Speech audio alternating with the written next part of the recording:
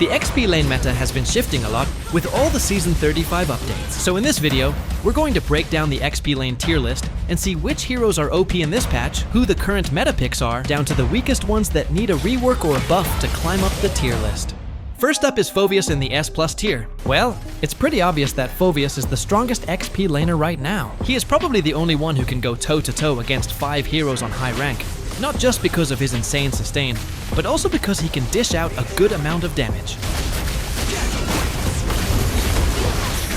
Although I died there, it was a crucial moment since I managed to stop their free lord attempt, take down their jungler, and leave the rest of their team low, giving my teammates the chance to finish them off. What makes Phoveus so strong right now is that most heroes, meta or not, rely on dash skills, and that constantly triggers his passive.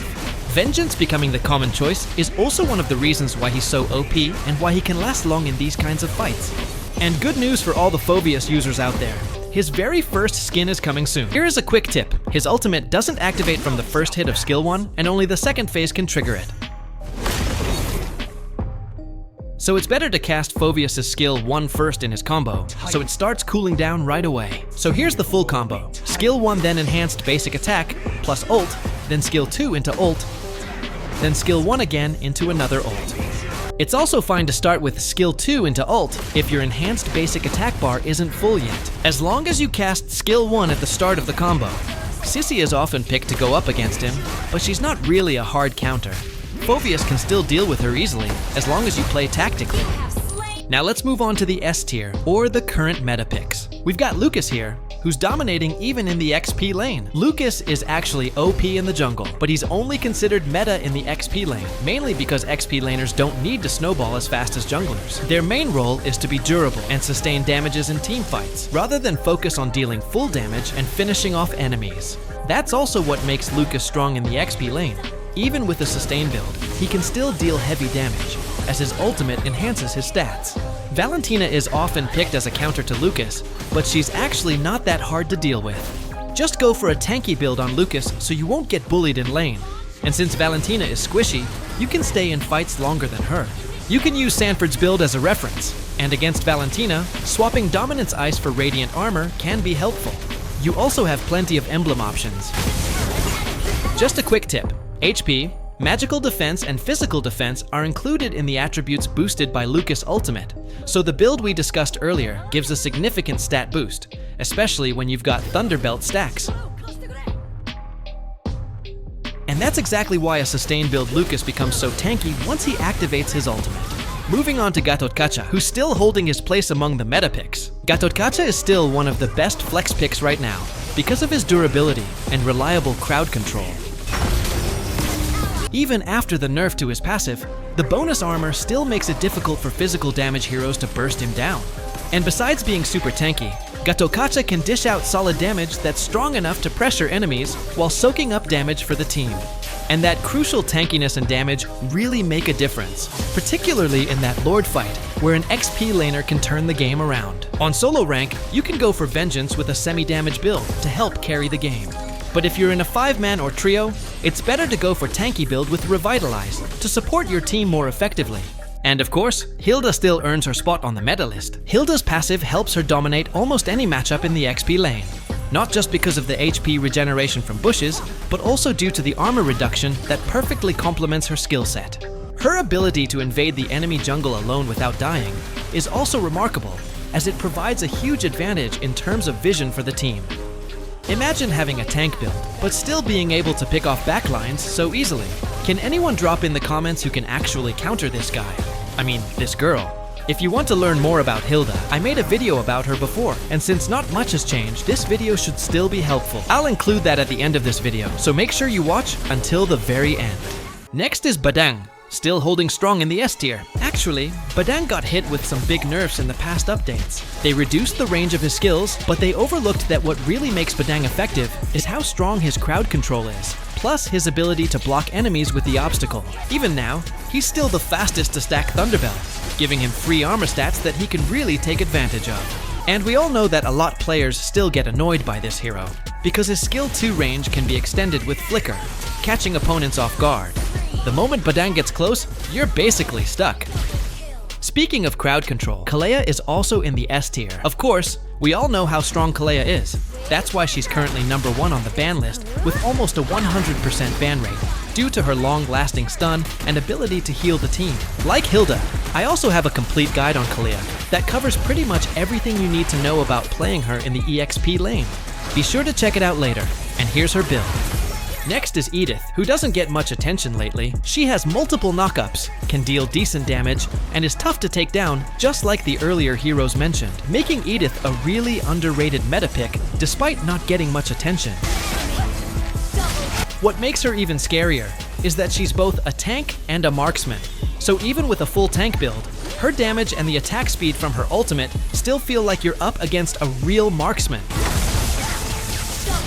And Hylos still holds his spot in the meta picks. Actually, Hylos got hit with one of the heaviest nerfs in recent patches, mostly on his base stats, which is fair since he was way too tanky. On top of that, the Dominance Ice nerf also affected his passive, since it now gives only plus 250 mana, resulting in less bonus HP for Hylos. But Hylos is still holding strong in the meta, despite all those nerfs. He was already OP even before he started showing up in the pro scene, and it's just a bit sad that he only got nerfed after people realized how powerful he really was. And before I forget, Gloo sits in the S+ tier, mostly because he became really strong after his revamp.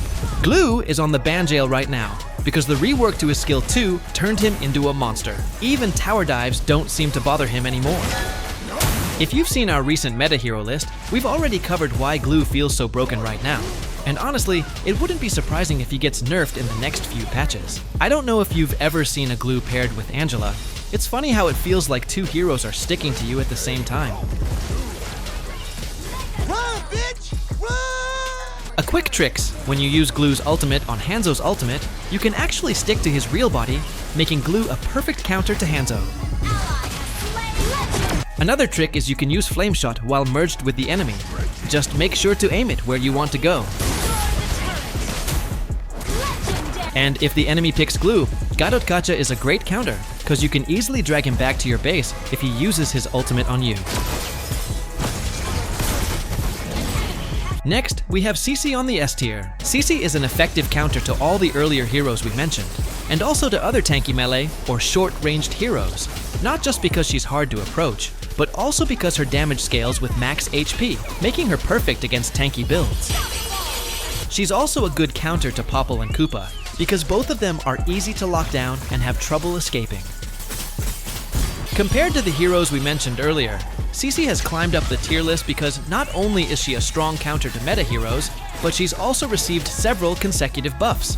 The most notable buff to her is that her stacks no longer disappear all at once. They now drop one by one, which is really solid. So, make sure to keep an eye on your stacks along with War Axe and Brute Force, because she benefits a lot from them.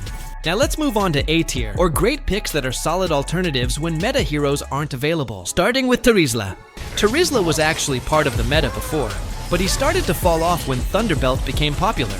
He didn't benefit from it like other meta heroes, plus his slow movement speed and skill animations held him back.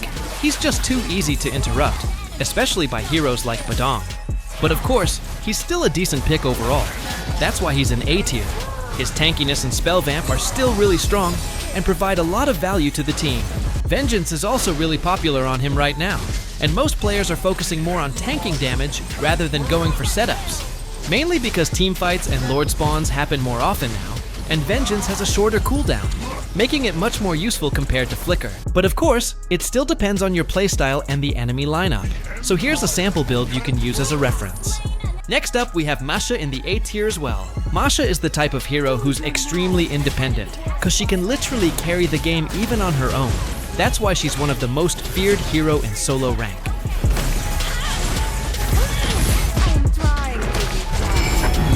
The main reason she's not on the meta picks is because she plays more like a solo pick-off hero. In pro play, they usually prefer tanky heroes, and since Masha runs a full damage build, she's just too squishy in full team fights. That's why they better not make the mistake of buffing Masha, because if they do, she's definitely going to go up to S+ tier. Next in the A tier, we have Benedetta. We all know Benedetta is a beast. Her mobility makes her hard to pin down, and that's why she still gets picked even in the pro scene. The only real problem with Benedetta is that she's quite squishy, and you really need to have mastered her to bring out her full potential. But yeah, even with that downside, it's still scary when there's a good Benedetta on the enemy team. And speaking of scary, Freya is also in the A tier. The only thing that really holds Freya back is crowd controls. If she manages to avoid all the CC and complete her core items, she becomes a serious threat. She can be a bit rough in 5-man plays, especially if the enemy knows how to deal with her, but she's still a great pick overall. And of course, Chou, still a great choice. Chou is just too versatile. He can make plays, escape tough situations, and with one good kick, he can completely turn a team fight around. It's also scary when you're up against a Chou one-trick with a full damage build, especially those TikTok-type players who know all the flashy combos. As for the vintage picks like X.Borg, Arlott, and Khaleed, they're still great picks, even if they're not getting much attention or picked often these days. Most noticeable is Khaleed's drop in the tier list, mainly because so many new meta heroes came in and pushed him out of the spotlight. Last on the list is Joy, who uses the same build as Joy Jungle. The only difference is she uses Vengeance instead of Retribution. Now let's move on to B tier, or the good picks. There are actually a lot of heroes in the good picks tier, but we won't highlight all of them since not all are really part of the current meta. But what's interesting is, I've been seeing more and more one-trick Guinevere players these days. Guinevere didn't even get any recent buffs, so I'm wondering why she suddenly became a favorite pick for XP laners. I guess one reason is Guinevere's one-hit combo potential. It's a real threat against squishy team comps, especially when the enemy's running an assassin jungle. So, if her popularity and win rate keep going up, we might as well move Guinevere up to A tier. Same with Baxia. He suddenly popped up a lot in the MPL-PH playoffs and used multiple times by Falcons. So, it's possible that Baxia is only now being recognized as a meta XP pick after his recent buffs, especially with assassins making a comeback in the meta.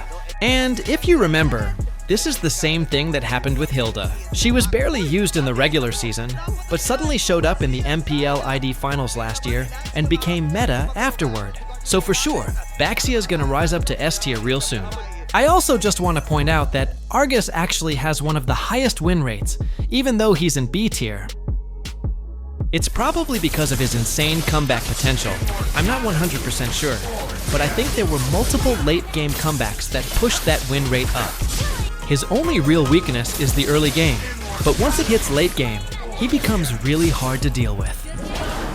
Now heading into C tier, or average picks, it's pretty unusual to see this hero on high rank since they're usually only picked in legend rank and below, or mainly played as junglers. One example is Aulus. She's actually pretty meta right now as a jungler, but when it comes to the XP lane, she's just average. That's because she's much more effective when she can farm fast and scale quickly, unlike in the XP lane, where she usually goes for a semi-tank build and doesn't hit her power spike as early. There are also times when she has to ask for the blue buff just to sustain her mana, since the basic common emblem isn't enough for long fights. As for Uranus, even though he got buffed, he's one of those heroes who's really strong in the early game, but falls off hard in the late game. He ends up relying too much on his HP regen and sustainability, which is why he's just sitting in the average tier.